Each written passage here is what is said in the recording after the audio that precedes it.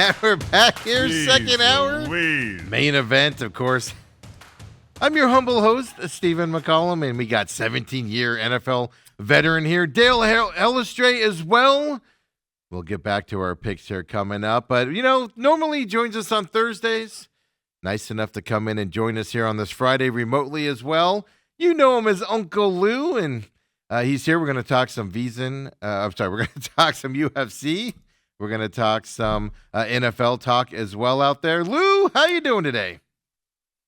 I'm doing super, guys. I hope Riley shared the email that I sent to Well, him. we were getting in our ear. Riley's like, Lou's ready to go. He said, tell these blowhards to shut up and let's go. That's what I said.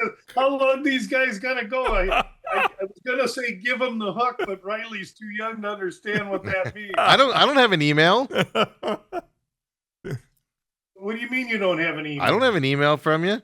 Plus, are you clean shaven or thereabouts today? A little bit. Yeah. He's got a hot date tonight. Lou, how was Vegas?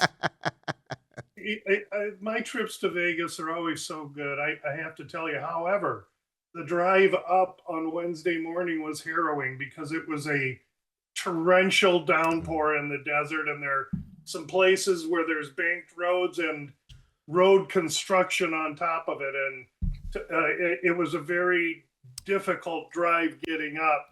Fortunately, coming back yesterday was just overcast. But the trips are always great in Vegas. I always get great networking and work done.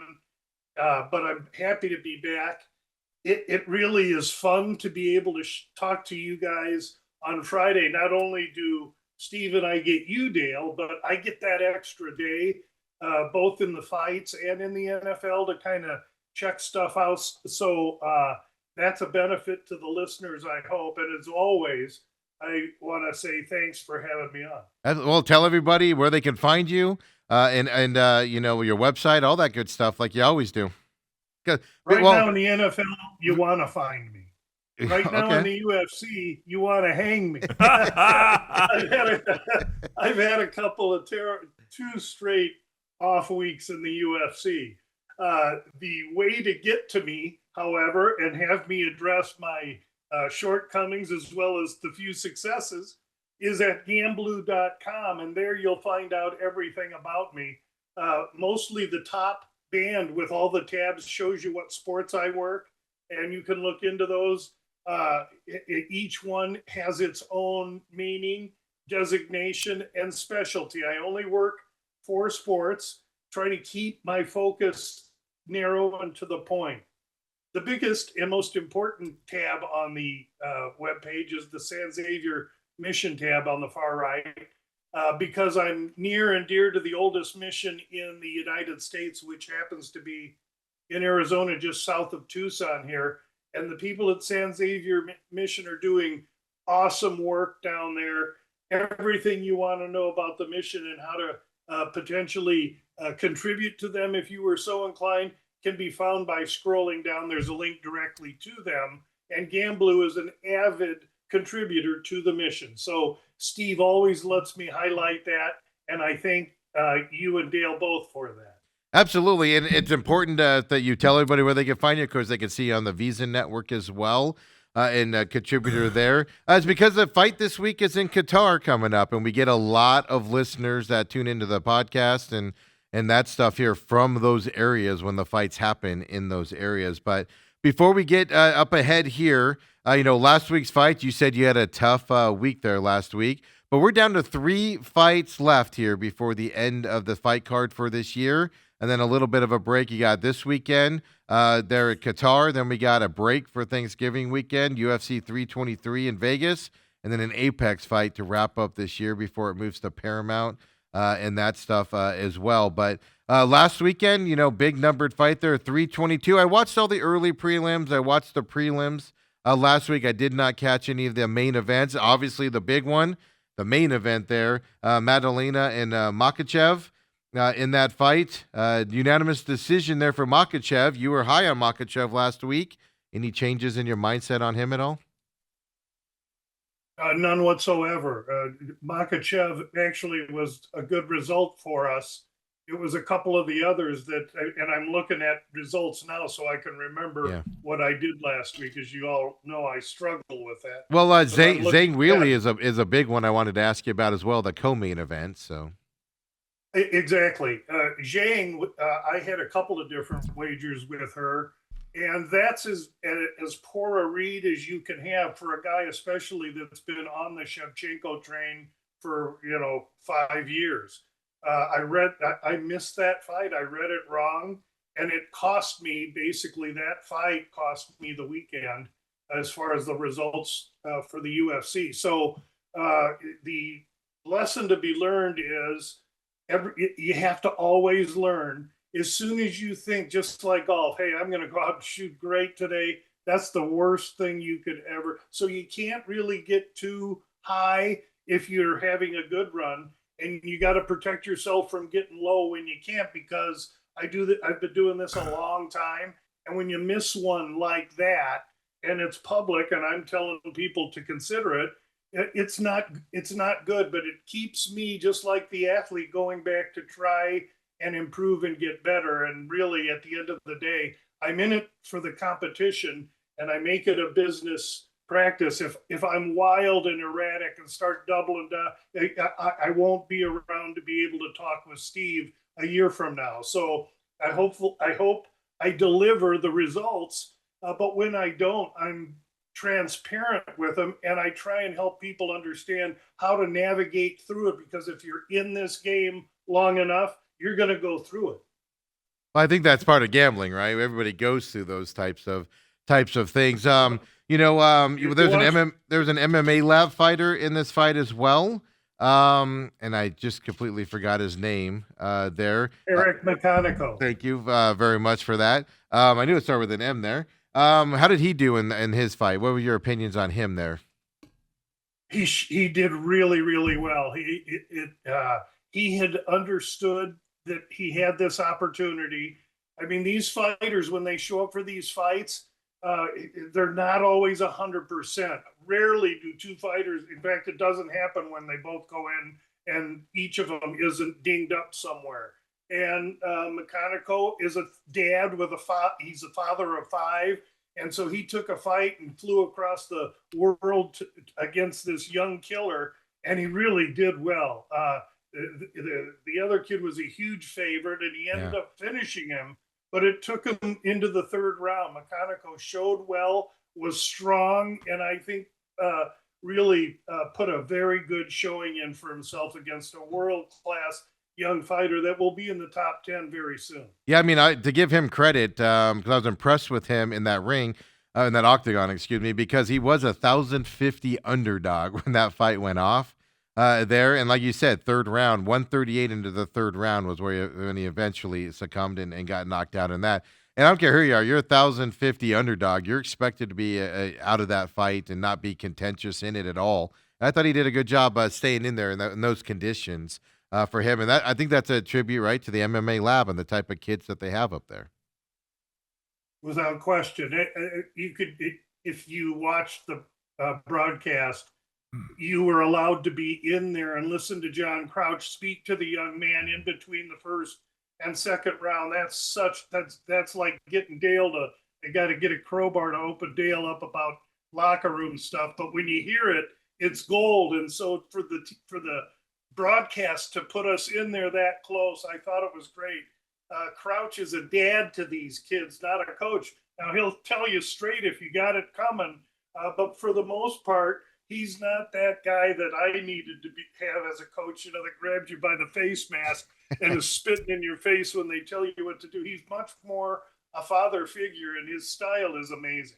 Yeah, then you were right on. I know you probably didn't bet this fight, or at least you didn't put it on Mershart. You were very down on Mershart, said he's done, he's getting ready to retire. I mean, that was, I don't care what you gave me no hopes on him to compete in this fight.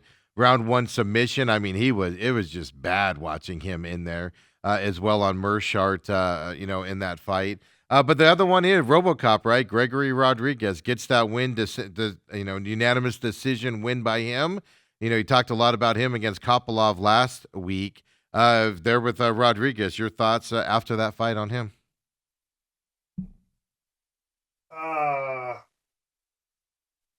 I thought RoboCop was going to struggle a little bit more with the Russian than he did. RoboCop showed me something that, boy, he can really shine at times, but sometimes his IQ can be a little bit off.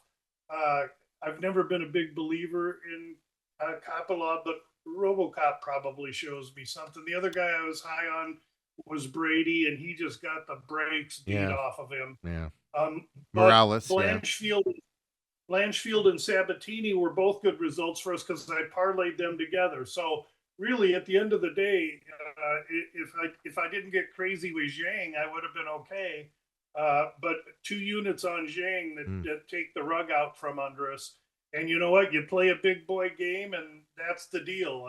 The good news is that Sunday of last week, I turned the page on that card, and I'm on to this one, and that's why it's so hard for me to remember that last week's card. Of course. Yeah. Dariush, though, and St. Denis, though, I have to ask you about this because, St. Denis being a Frenchman there, first round KO pretty much immediately there, where St. Denis gets that win on Dariush there. I got to ask you about Dariush after that happening. Yeah, well, we said how chinny he was and that he had to get this fight into the second round. And I even explained how Moicano wiped the floor with Benoit Saint Denis. I thought Dariush could do the same thing. And we were marching right up to release Dariush as a bet until he missed weight at the weigh-ins. Yeah. And that took me off of him, and he ended up not being a release. So, like today, I've watched the weigh-ins. They were last night. So I'm the privy of being able to share what final positions are. But that's why the Gambling About Business podcast doesn't come out until Friday after weigh-ins, because I don't want to get beat by committing to Dariush early in the week, and then he misses weight or, breaks a finger. Who knows what happens with these guys? I've been around too long to know anything can happen, and it did. And that kept me from Dariush. And I made a tweet that day, Dariush missing weight saved me money, and it did. Yeah, no, you put that out there, absolutely. Because I know last Thursday, you said he was live. You didn't commit to him or anything to that, but you said you were watching him and to pay attention to him leading up to that fight. So, and then that's how it changes, Excuse me. I like to lay hints out there. Today, I don't have to lay any hints out there. I don't see much in this week's card, but the few things that I see will be hard releases. So that'll be good for anyone interested, especially anyone in the area tuning in and are going to check out this podcast. And anyway, if you don't mind me digressing, man, I do want to thank all your people that listen and tune in to your show from remote areas. If they're tuning in to listen to our discussions, we're totally flattered. Thank you. No, absolutely. I mean, and it's funny too, because it's like Arizona, California, Nevada, Virginia, Illinois, and then on these weeks, like with Qatar, then it's like all these countries that God bless you. I'm not making fun of you, but it's countries that you never heard of. I'm a publicly educated kid, and I'm like, what's that? I'm clicking on it, going, what country is that right there? So it is fun. It opens it up a little bit, but it shows the reach of the UFC.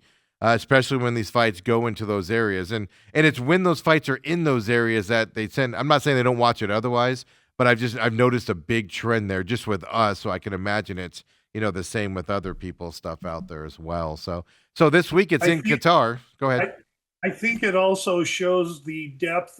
These people aren't just UFC fans. These people are gambling on the UFC. If they're listening to this, that's the only reason they're listening.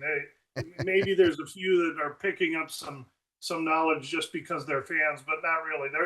This is tailored to a gambler, and that's who you're getting. And it shows you that everywhere people bet on fights. And you know what? 5,000 years ago, they were doing the same thing. Well, now, Lewis, I'm going to object to that because I think that I'm the eye candy here on Fridays. They're tuning in to see me. Well, once they find out 3-time Super Bowl long snapper Dale Hellestray's on, then the tsunami wave of viewing does tune in, yes.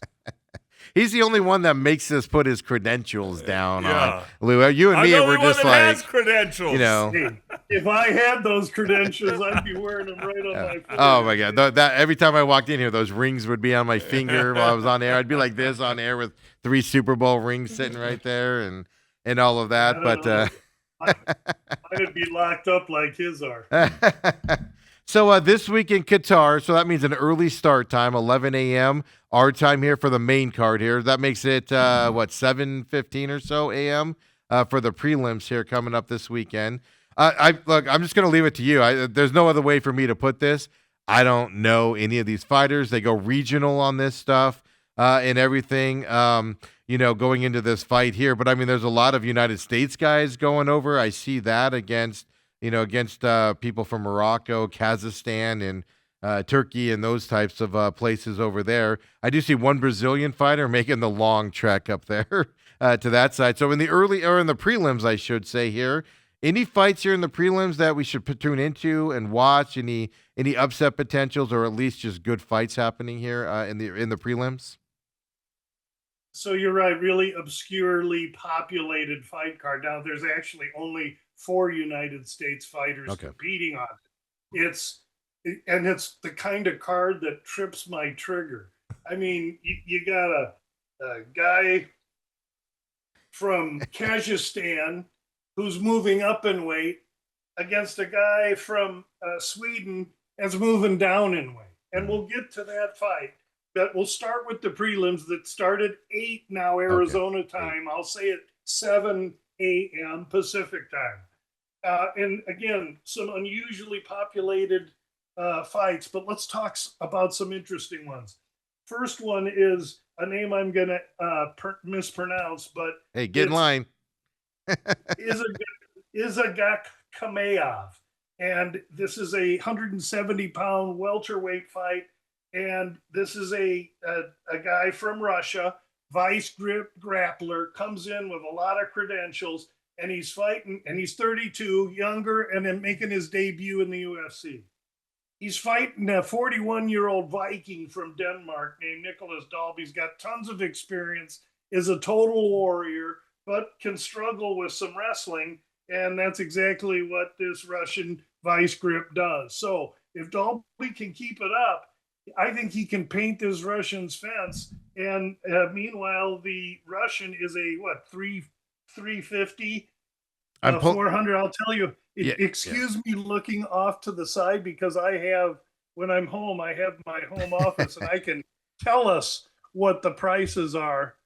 Yeah, exactly. I have it right now on DraftKings. I have it as a minus 340 for the young Russian making his debut.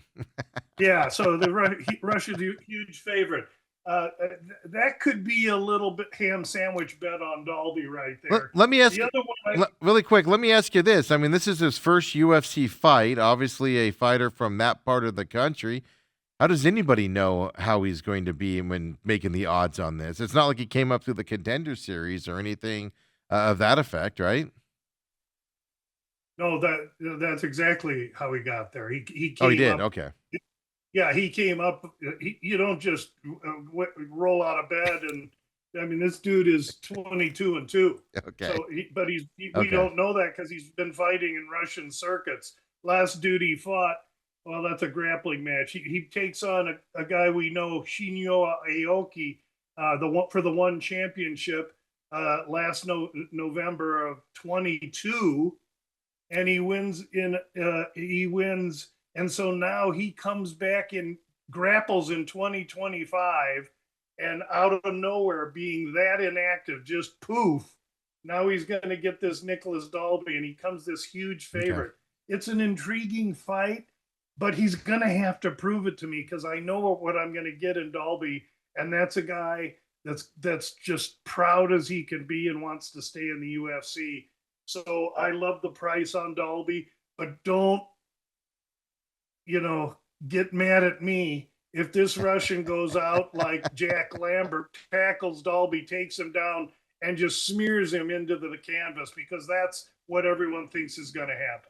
All right, perfect. I didn't mean to interrupt you. The next fight you were going to talk about? You got me all fired up I know. over this one I again. know. I apologize. So are two guys that really don't belong. Um, and it's middleweight Loader against Nardiev. Boy, each of these guys are on the cusp of the UFC, but I favor Nardiev here. He's a slight favorite in the fight. Loader is just a young man that I think is neither of these guys are world beaters, but I think Nardiev wins this fight. Okay. And he's a Now, minus I have to 148 favorite, just so everybody knows right now. Okay. Yeah. Next fight we'll talk about is the name we're going to recognize, and it's Topuria, the champion's brother. Ilya Topuria is the champion at 155 pounds. This is a fight at 145, and his brother, 135 bantamweight. His brother Alex Topuria is in the fight. Now in this fight, he's fighting this Almacan, who's really good, and Almacan actually opened. Topuria opens a 200 favorite in this fight.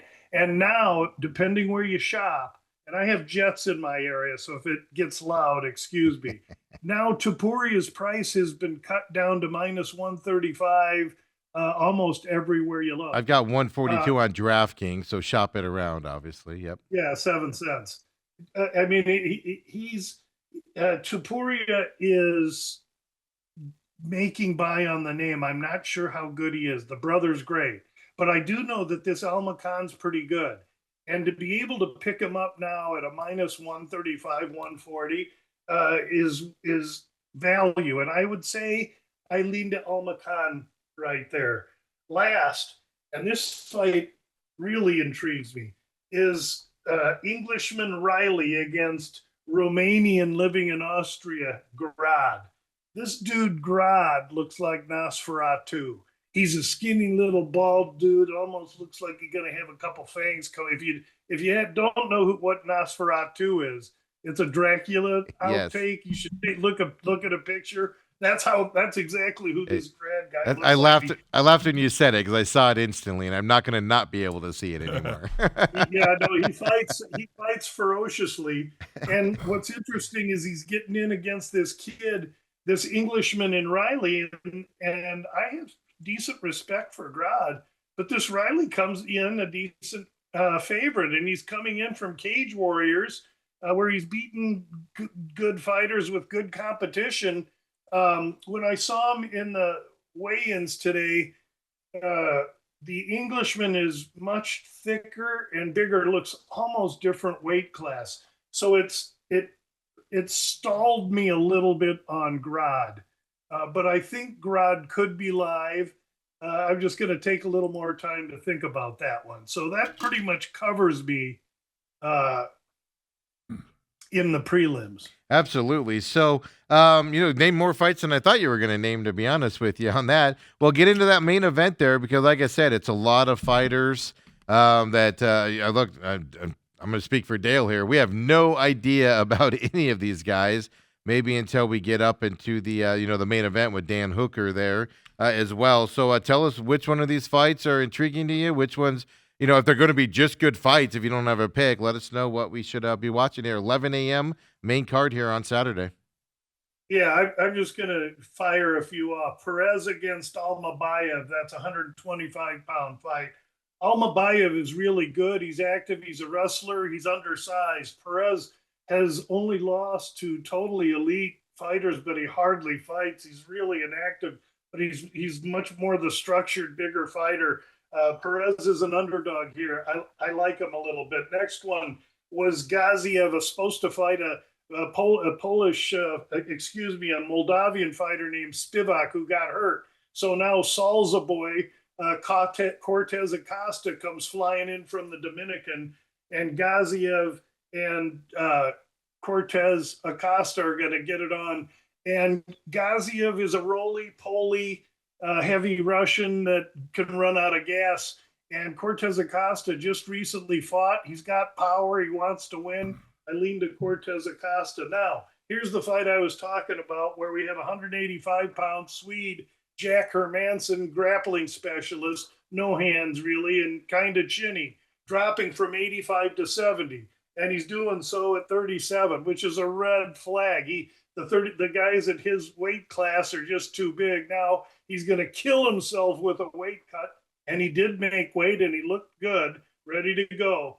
To get to 170 to fight a guy in this guy named Oralby.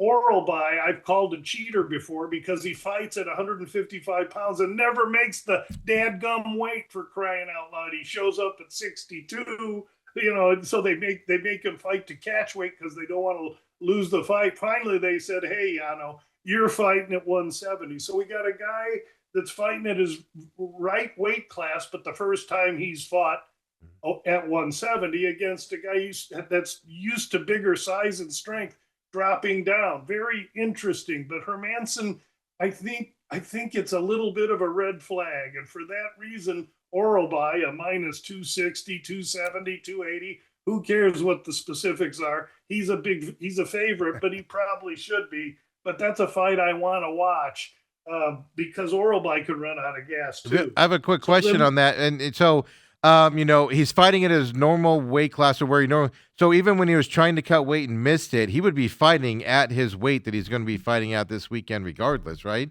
Because once you weigh in, you can weigh whatever.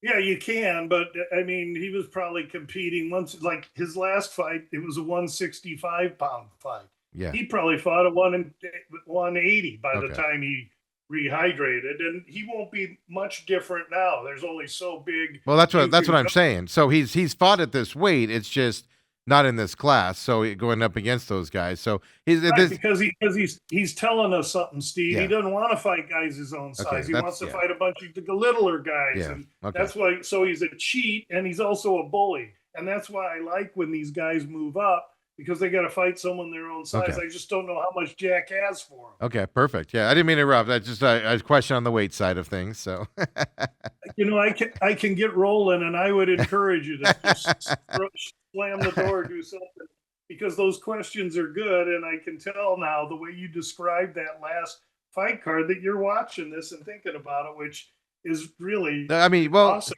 Because you said earlier, if you're watching this, it's because you're on the gambling side. Yeah, I throw some money down, $5 here or there, nothing major. But I mean, I've found all this stuff about UFC, and I enjoy it now because of the way you talk about it. Forget about the gambling side. So you do get something, even if you're not a gambler, watching this segment. Just so you know. Very good. I'm happy for that because you've come from really not being a fan to being a fan. Absolutely. So what's the next one? I know Alonzo Menafield is fighting in this round. I've seen him before. I don't have any recollection of him or anything. Any hopes for him in this one? Actually, I think this is probably your best fight on the card. Not only are they 100 and 205-pound light heavies, Ozdemir, 36, a Swiss athlete, a lot of power, great chin, great durability, kind of in a resurgence, fighting a guy in Menafield, 38, that's going to be giving away some size. Menafield is profusely powerful, highly explosive, but he tends to, once he gets rung, just stand and try and, big, wide, roundhouse shots and just get in firefights, and he can get touched a little bit. So we have in Menafield the more explosive, adroit athlete, quicker, faster. And in Ozdemir, we have an athlete a little more durable, a little more diligent, a little more powerful, just not as quick and explosive. It should be a fascinating clash of styles. This fight does not go to the scorecards. And I do lean Ozdemir because he's the more durable guy. I think he can catch Menafield.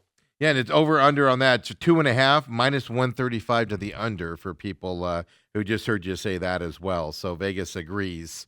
Is not going to make it to the scorecard at all here coming up. So you got the co-main event and the main event left. Tell us about which one, if there's one we should watch in this. I kind of like that under in that fight we just discussed, that under 2.5, even though you're paying a little price. I think that's a worthy consideration. Okay, so co-main event, ex-champion Bilal Muhammad, who fought Jack Della Maddalena And we just saw Makhachev wipe the floor with Madalena. And that's what Muhammad could have done to him, but he didn't try to. He got caught up in being a champion and thought as a wrestler he could go strike with a striker, and he got his ass kicked, excuse my French. And so now he comes off a little bit of a layoff, and he wants to get his momentum back. And he's fighting this kid in Ian Machado Gary, who is 11 years the younger man, 4 inches the taller man, holds a 3-inch reach advantage. And where Muhammad is a plodding, forward pressing, aggressive vice grip wrestler, and he's world class at that. He's just pedestrian or better in his striking. And so Machado Gary is really an athlete that gets by on being able to maintain distance, pitter patter, and accrue points, not a lot of power and knockout ability. And he surely doesn't want to get in tight with Bilal. So this is the Matador and the Bull. We're watching a bullfight here. And can Muhammad, who's completely irate at Gary, because Gary is a flapper. Yeah. And telling Bilal that he's not in his class and stuff. And Bilal, you could just see him chewing through his molars in the back. So Bilal needs to get a hold of him. And if he can, this could be an interesting fight. Now, Gary has great ground skills, and his size is going to make it hard. I find this fight to be a difficult challenge for Muhammad. I lean to Gary because I don't think Muhammad can get there. And Gary's a minus 270 favorite right now on don't forget, we use DraftKings here for our lines during the show here on the program. So for that. And then you got the main event there, Dan Hooker and Arman there fighting it here in the lightweight bout. Yeah, these guys hate each other. I mean, they did today in the ceremonial weigh-ins. Hooker's like, come on, I love it. Hooker is a born, pure, natural fighter. It's who he was born and meant to be. So he's longer, taller, much more violent striker, but he's 35 and he's been through 12 years of UFC wars, and he's taken a lot of damage and given a lot of damage. Sarukian's 29, 6 years younger. He's going to be a little fire hydrant fighting, a guy much taller. But he's a world-class, an absolute world-class vice grip wrestler. He has great power and aggression. He had the opportunity to fight Makhachev for the lightweight title back in January, and he missed weight. And the UFC punished him and has made him wait, and the guy's just chomping at the bit. And this will be his first fight after that. He will want to impress the UFC and make them say, you're exactly right. You're the next fight against Topuria. That's what Sarukian is longing for. And if he finishes Hooker, I believe he gets his way. So you look at him now, he's a $500-600. You can't bet him. Minus 650. Yeah. So Sarukian via any finish at DraftKings, that means DQ, KO, or submission, is minus 145. I believe that's how he has to win, and I believe that's how he will win against a tough, durable guy in Hooker that's just maybe a little long in the tooth. Yeah, it's fascinating to hear the 11-year age difference. I couldn't imagine. Well, it's also kind of weird to hear 35 years old and you're long in the tooth. Well, when you get yes, and now maybe not at heavyweight because power always transfers, but when there is at least a 6-year difference in age in UFC fights, the younger athlete wins 62% of the time. So as you expand that age difference, the gap gets more advantageous for the younger fighter. So we need to be aware of that because there are analytics that go into this stuff. Absolutely. So Qatar this weekend, 11 a.m. main card, 8 o'clock, roughly 8:15 for the main for the prelims. On that, check that out. Lou, are you able to just roll right through and get into the NFL with no break, or do you need a break first? Of course. Perfect. I got one question for you, Lou, before we get into the football. Yeah. Do the prelim guys, do they get paid less for winning than the main card people? Absolutely. That's the carrot for them to try and be explosive, violent, finish their fight, and get people to like them, because that propels them up in the card and up in the pay grade. Okay. Because it's hard for those people that keep losing. If you're making 10-10, I can go to a Contender Series guy who will fight for free. Right. And there's pressure. You got to be violent and win in today's UFC on those lower strata, or you're out. And then one other question before we get into football. You're up in Vegas this weekend. We were talking about with some of my buddies. You know, the NBA had the coach, Chauncey Billups, who was involved with something. I had a Illegal player, poker. Rozier. Yeah. 2 weeks ago it happened. I haven't heard one thing about it. It just like, poof, just disappeared. Surprising to you or no? No, there's money involved, and so FBI needed what they needed, and that's a big splash when the whole thing came out. And then what's the NBA need? They need to sweep it under the rug, so they pay money to do so. And that way, this is good old-fashioned the U.S. of A, baby. And if you got green, you could get done pretty much whatever you want. Ask old Jay. Yeah, I mean, they quietly asked the Lakers for a bunch of documents and stuff like that, rerounding gambling as well in their organization. And, it was a little blip, and then it kind of goes away again, kind of what happens there. Amazing how that happened. I wish that would happen with Uncle Lou. Yeah, everybody remembers yours. People are right on that Twitter for you, right? When it happens there. So, hey, on the NFL side, I know the game was last night, but obviously Bills, another loss for them. But the Texans, man, I mean, it's people are going to start paying attention to the Texans here for the rest of this year, especially with that defensive side. So it'll be interesting to watch that line on the Texans if people start moving money their way here in future weeks coming up. But are you worried about the Bills at all in terms of, are you watching their number at all? Are people jumping off their bandwagon in the gambling sense in terms of money hitting them? As they continue to kind of struggle right now throughout the season. Yeah, the biggest bet we made this season, and you're just forgetting it, was the Bills under season wins at 12.5, at 11.5. And I said in week 6, I'm going to look beat. And in week 16, I think I will have won. And I still believe that to be the case. So I am giddy over the Houston win, because not only does Buffalo, hurt and dinged up as they are in a one-man band, now have to go on the road and face Pittsburgh next week off this loss, but they're 7-4, and I'm just a couple losses away from realizing a wager that when I made it, everyone in the community thought I was stark raving mad, but I do my own work.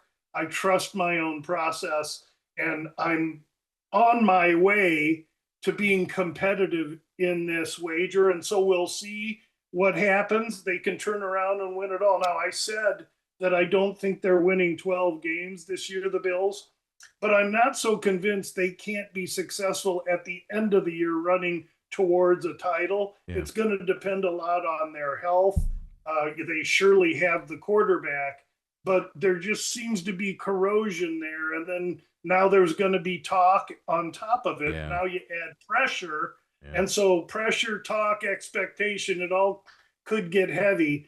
So please don't think that I'm trying to be too giddy right now, but I'm very optimistic that this handicap that we made in July is starting to come to some form of fruition. Yeah, absolutely. It's just I'm watching it, and I mean, I didn't think you were too crazy in that assessment. I put a little bet on it as well, because but I was kind of at the same time going, oh, this will probably be close, if they get to that 12th game or not. So I don't think it was absolutely nuts. I think that number just might have been a little high on them, but nobody saw what Vegas. 4 weeks ago, I had a Vegas handicapper come up and told me, he said, I also made a wager. I took Denver against Kansas City with him straight up. He told me Buffalo was going to win 13 games in their sleep. Yeah. And so I saw him up here this week, and he came to pay me the shake. We had a handshake bet and he was so reluctant to admit that I had beat him because he's a highfalutin guy up there. Yeah. And he shook my hand. I said, all right, well, I'll see you soon because you're about to be 0-2. That's so great. Broncos have a bye this He week. didn't like that. Yeah, right. Broncos have a bye this week, and you've been riding that Broncos bandwagon, for I don't know, remember if it was the beginning of the season, but definitely the last month or so. You've been riding this Broncos bandwagon and what they're doing out there on the football field. So, well, we rode them at 14-1 for the AFC that's right. At that point, and now they're 550 or 5. So the time to take action was back then. But again, not every one that I say hits, but for the most part, the few futures I give can be competitive. And it's a good thing this year that I didn't bet anything on or against the Bears because I'd have been against them big. Mm-hmm. And right now, even though they're the weakest team at that record I've ever envisioned in my life, they'd be beating me. So it is what it is. Yeah, well, let's talk about the Bears-Steelers this weekend. Some question marks on Aaron Rodgers. He's trying to get out there. He's in and out of practice, but he has a left wrist injury there for Aaron Rodgers. They're 6-4. To me, they look super unimpressive, the Steelers. And the Bears are 73, and they look impressive, but I agree with you, they're not going to go on a Super Bowl run probably type of a situation. I'm curious here, we talk about this pretty much every week now with the Bears. I imagine people in Chicago are running up that Bears numbers, and putting money on the Bears. And I don't know if people are abandoning the Steelers here as they were high on them earlier here. Has this line moved going into this game this weekend here in Chicago, Steelers-Bears? It is not. With 2.5 was the look ahead. You might find a 3, but Chicago's pretty much 2.5 everywhere. And I believe me, I'm not sold on Chicago. Pittsburgh's got the 19th ranked offense, DVOA. Chicago the 16th. EV, that's my little puppy. Sorry. Pittsburgh's got the 11th ranked DVOA defense. They're good on defense. Chicago 27th. How's Chicago so good? I'll tell you how they're good. EV. Excuse me. This has been a week for dogs on the show. Don't worry about it. I'll tell you how Chicago is so good. Chicago is so good because they're plus 16 in the turnover. So that could continue all year. I've seen this. I've seen when teams get on that turnover train, they just keep chugging and keep rolling, but it's not sustainable. And when it does change, believe me, I think the metrics on the Bears are just not what we think right now. So asking you about the game, to me, if I see the second string quarterback for Pittsburgh, his name's escaping me right now. I believe Pittsburgh. I would regard Pittsburgh as live. I almost think he's a better fit. Is it Rudolph? Rudolph, yeah, it's Mason Rudolph. I believe he may be a better fit for Pittsburgh in this game and in this situation than Rodgers anyway. So I don't really know. We'll have to wait and see how that comes. But surely Chicago's doing it on the strength of turnovers. They have very few giveaways, which is congratulations to them. And that, relatively inept defense is just, I think they're plus 22 in turnover takeover. So they're just killing it. A couple things real quick. Number one, Aaron Rodgers, I always love it when people discuss an injury and say it's a small break in his left wrist. It's always a small break when it's on somebody else, but a break is a break is a break is a break. And secondly, you talk about the turnovers and how, some teams just year by year, all of a sudden, bam, you start getting turnovers, and it happens for the remainder of the year. Same thing with like one-loss games. You look at Kansas City. A year ago, I think they won 8 one-score games, and this year they've lost most one-score games. I think they're 0-5. It's amazing how you could get on a run like that positively or negatively. It is, and you can track it, and that's exactly what I'm doing every July, trying to figure out who the team that had 100 million positive turnovers last year was, because it doesn't sustain itself. No. Just like part of what we were talking about with the Bills was their unbelievable injury luck. Their offensive line all of them played 95% of the snaps last year. The attrition in the NFL is something you better get used to. And when you go a year or two without it, or you get a bunch of rest for a couple of years, you can count on only one thing in the NFL: it's going to change. Right. And when it changes, there's adjustments to be made. So the turnover thing, if Chicago keeps getting them, they're going to keep outperforming themselves. But the only thing I know is they're not going to keep getting them. But I just don't know when it's going to stop. Yeah. If any handicapper could predict turnovers, they'd be the hottest, best handicapper there possibly could be. But the shape of that ball bounces funny, and now you got refs making goofy decisions sometimes. So there's a lot to have to sidestep to be right. Hey, my question here on this game is the next game I want to talk about is Patriots-Bengals here. Not because the Bengals, Bengal Chase is going to be out in this game, suspended for a game. My question on this is Joe Burrow fully practiced yesterday. They're at least alluding to a chance that Joe Burrow plays in this game against the Patriots at home. How will that change the perception and the gambling moves here in terms of the money on the Bengals here playing the Patriots at home in Cincinnati this weekend? Well, I think you're seeing some percolation of the line now. If Burrow goes in, it'll have an effect on the line, but I believe that it shouldn't. Yeah. Again, you're without Chase. Yeah. And Vrabel surely knows how he learned from Belichick. Now you take T. Higgins out, what are they going to do? Not only that, how is Burrow going to help a -7 turnover ratio? And by the way, the 32nd ranked DVOA defense. Mm-hmm. So give me all the Burrow you want. I don't think it helps. Now, can they cover the 7 or 6 or 5, whatever it's going to be?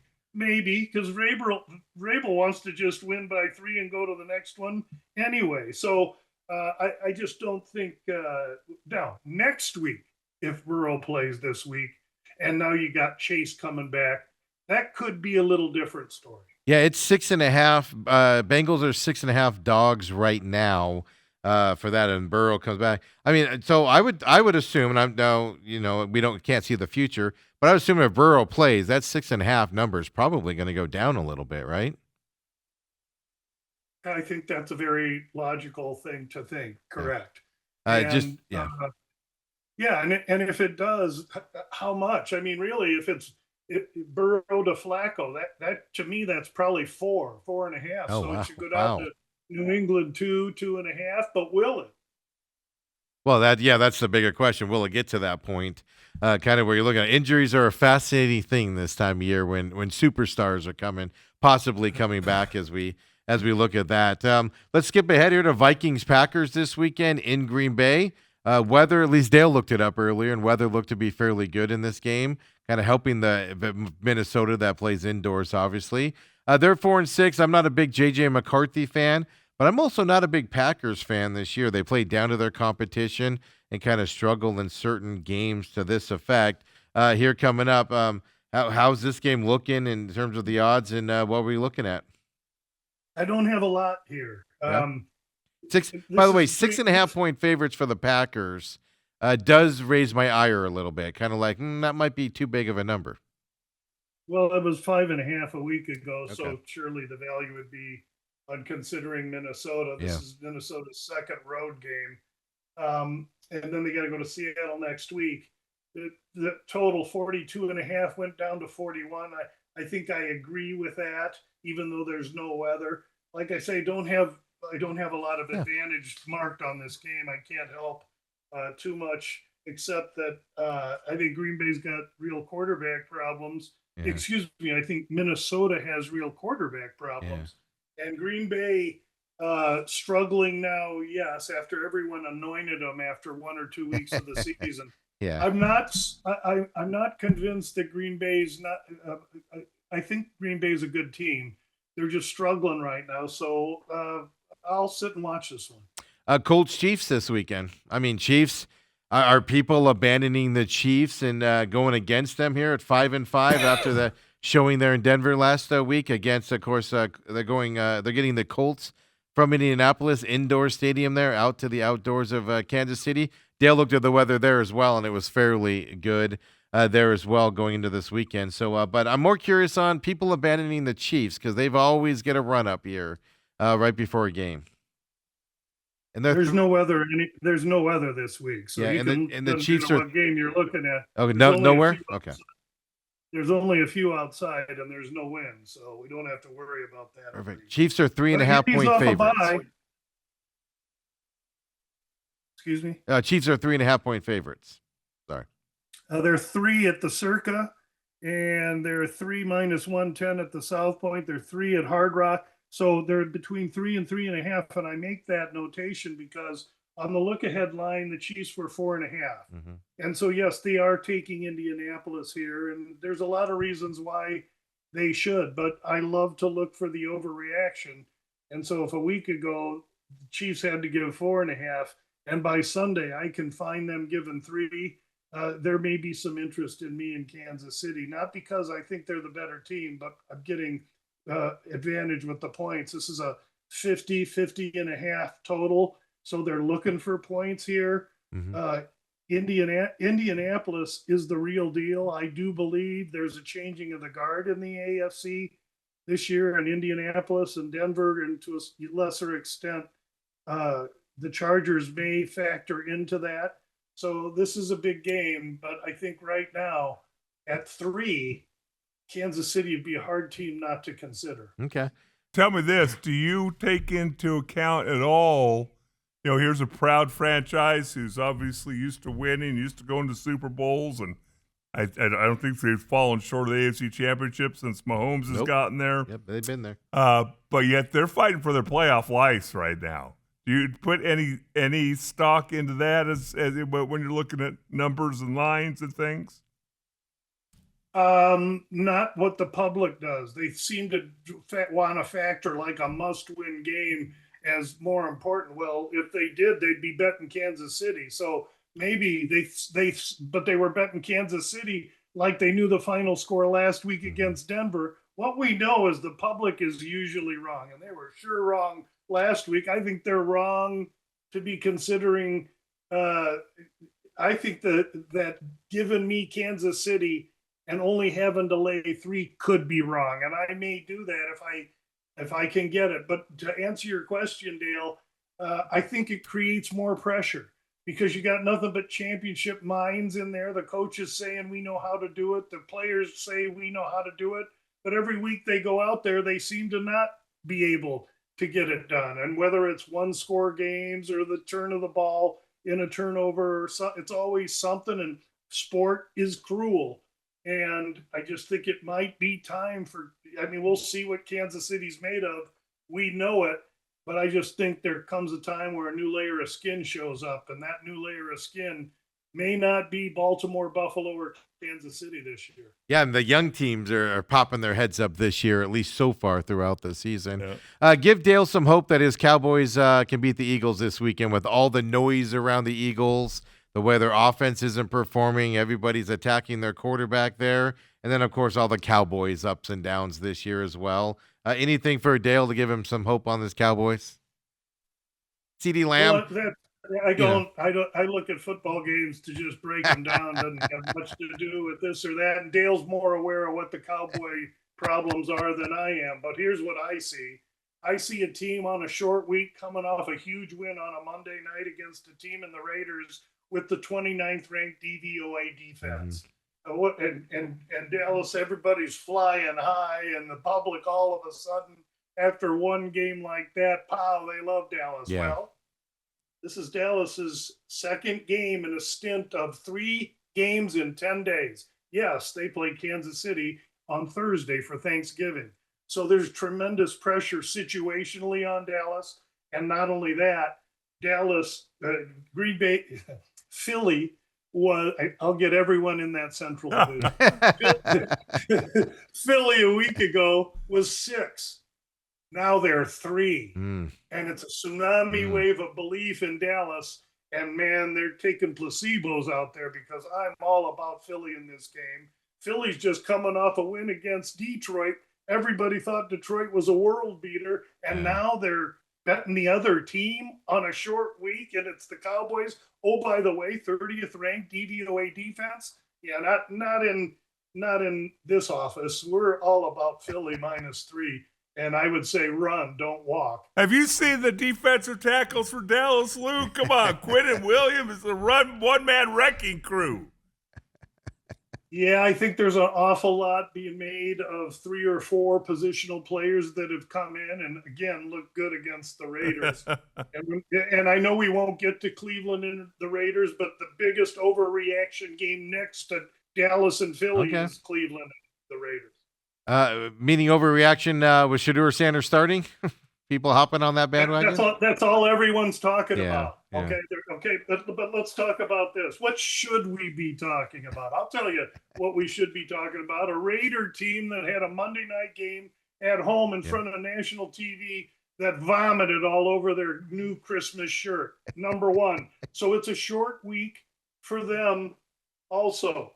And now I got to find my DVOA numbers. Yeah, what are you doing? You're talking about a 2-8 teams battling it out this weekend. Give it to us. That's what I'm talking about, because I don't know where my advantage is coming from. I'm just trying to be receptive to it. Yeah. Okay. So 30th ranked Vegas offense going against the 5th ranked Cleveland defense. Wait a minute. Everybody wants to talk about Shedeur Sanders. What about this killer Cleveland defense that's getting Vegas on a short week? Yeah, everybody's talking about the wrong thing. All Shedeur Sanders has to do is hand it off to that new running back and get out the way. Mm-hmm. This is Cleveland. A week ago, Raiders 2.5. Now they're 4. That's what the Raiders do to go from 2.5 to 4 against a college team. Nothing. This is a complete overreaction. I'm on Cleveland, and I'm shouting it loud. Yeah, absolutely on that side. Last game I want to ask you about, because I know we got to take off here. You got to take off. Jags at Cardinals, obviously the home team here as well. Cardinals 2 blowout losses coming into this game. They're kind of teetering, lots of penalties last week. And then you got the Jaguars coming off of that. I don't think it's a surprise they won. It's how they won and beat the Chargers last week. With the Jaguars here coming into this game. Right now, Cardinals are 2.5-point dogs at home into this game. Over-unders 47.5 coming to this game, Lou. Tell us about it. Well, heck, hey, Lou, the Cardinals will give up 44. That's what I'm saying. The over is in play, isn't it? Well, the Cardinals have the 12th ranked DVOA defense, and they're going to be facing a Jacksonville team that all they can really do is run the ball. Unfortunately, the Cards stopping the run is where their defense is challenged. The Cardinals offense has been totally inept. They're shuffling running backs. They got a tight end, okay, but the Jacksonville defense is decent. However, this game went from a pick a week ago now to Arizona getting 2.5. And I have to be consistent, because where the advantage comes is where I have to see it. I'm colorblind. The advantage is Arizona. And I got them at home against a Jag team that can be pretty uneven and inconsistent.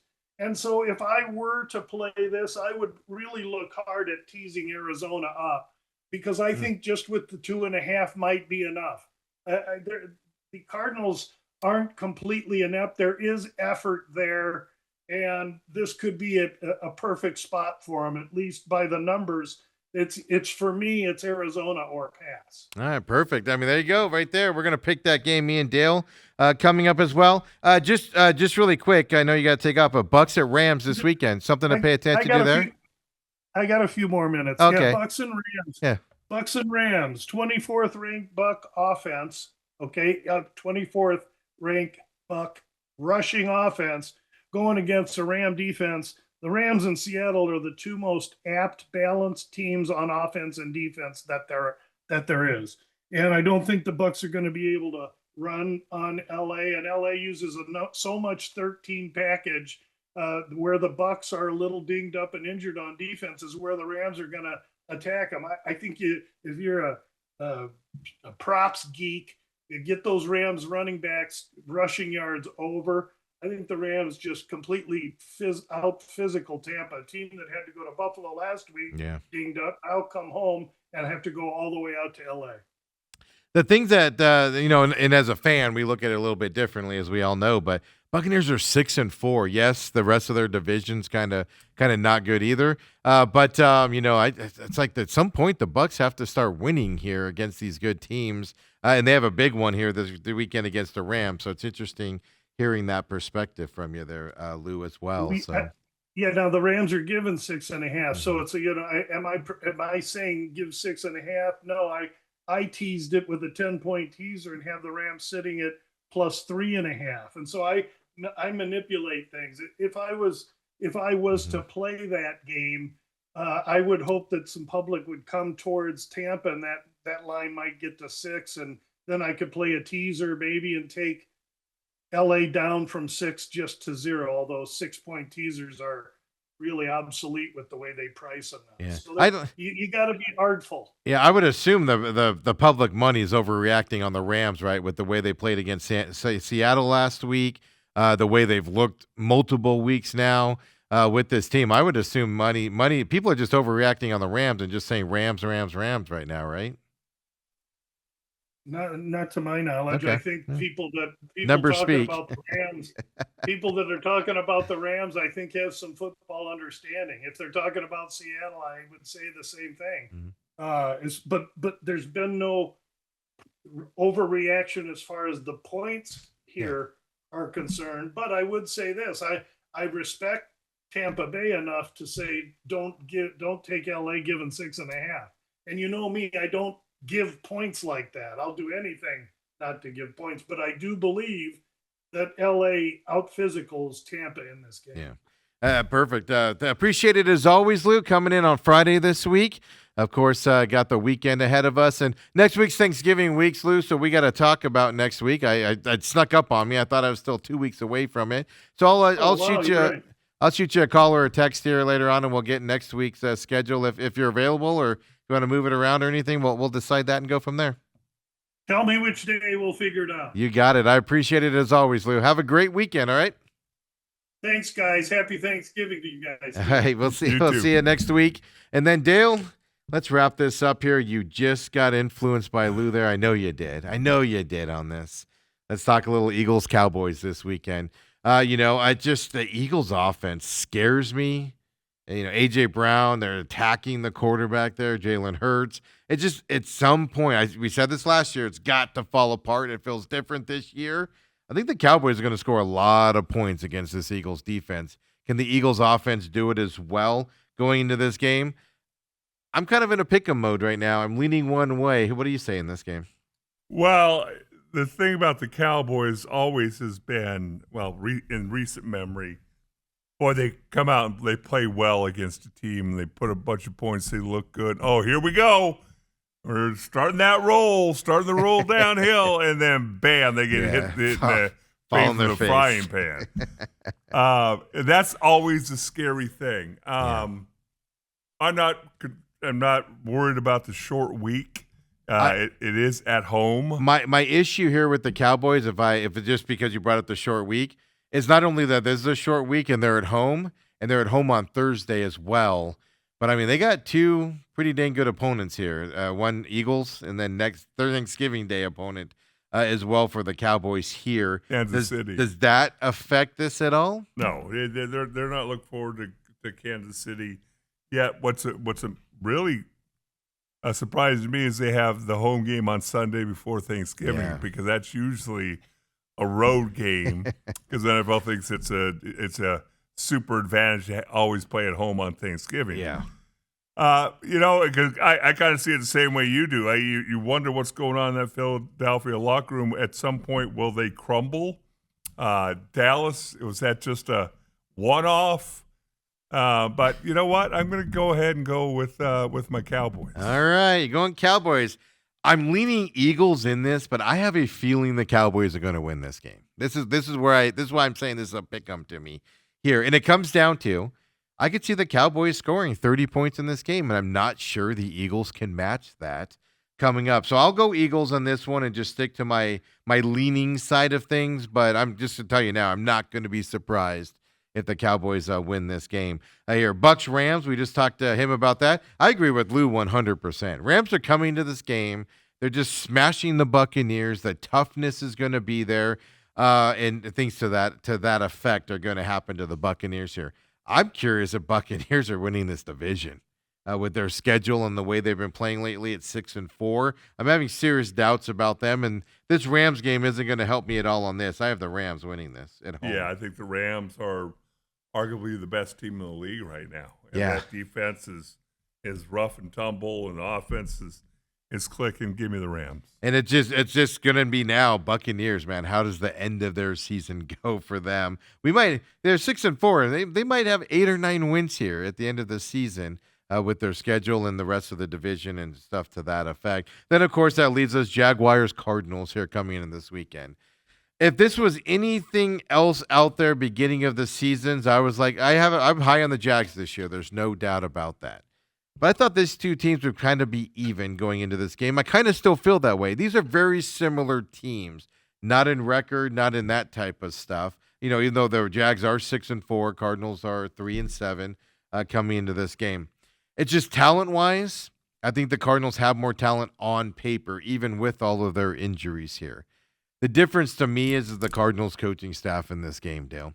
I think they're going to get outcoached again this weekend with a young Liam Cohen with more experience on his staff. I think they're going to come in with a game plan to move the ball and score some points here against the Cardinals, although I'm not too sure the Cardinals can't be in this game. But I got to go Jags here, just because with the penalties last week, the way these two playoff games are, I don't care what you tell me. This locker room, I'm not too sure they've ignored the coaching staff here. This game will tell us if they have ignored them and they're tuning them out or not. I'm going to go Jags just off of basic history. But then if the Cardinals win this, that'll tell you the locker room's good. The Cardinals lose this will tell you they've tuned out the coaching staff. So this is a big story, I think, coming into this weekend, Dale. I got the Jags. Yeah, I don't know if it's going to tell you a whole lot about the locker room. It would if they get blown out. Absolutely. I don't think they're going to get blown out. I don't think Jacksonville has that capability. Exactly. But they can run the football. And Yeah. what do the Cardinals struggle with? Yeah. Stopping the run. And so that Trevor Lawrence, they're 7-4, surprising some people. 6-4, just to be 6-4. just to be fair. Yeah. I just think Jacksonville finds a way to win this one. I don't see it being 44-15. I don't either. I think it's a fairly low scoring, Yeah. just because Jacksonville runs the football. That you don't score as much unless you break away large deals. But to me, in this game, it just comes down to it doesn't matter what Jacksonville does. How's Arizona look? You know, are they giving up a long touchdown? You know, or scoring in the first 16 seconds of this game? Is Arizona down early in this game? Are they able to stay and fight?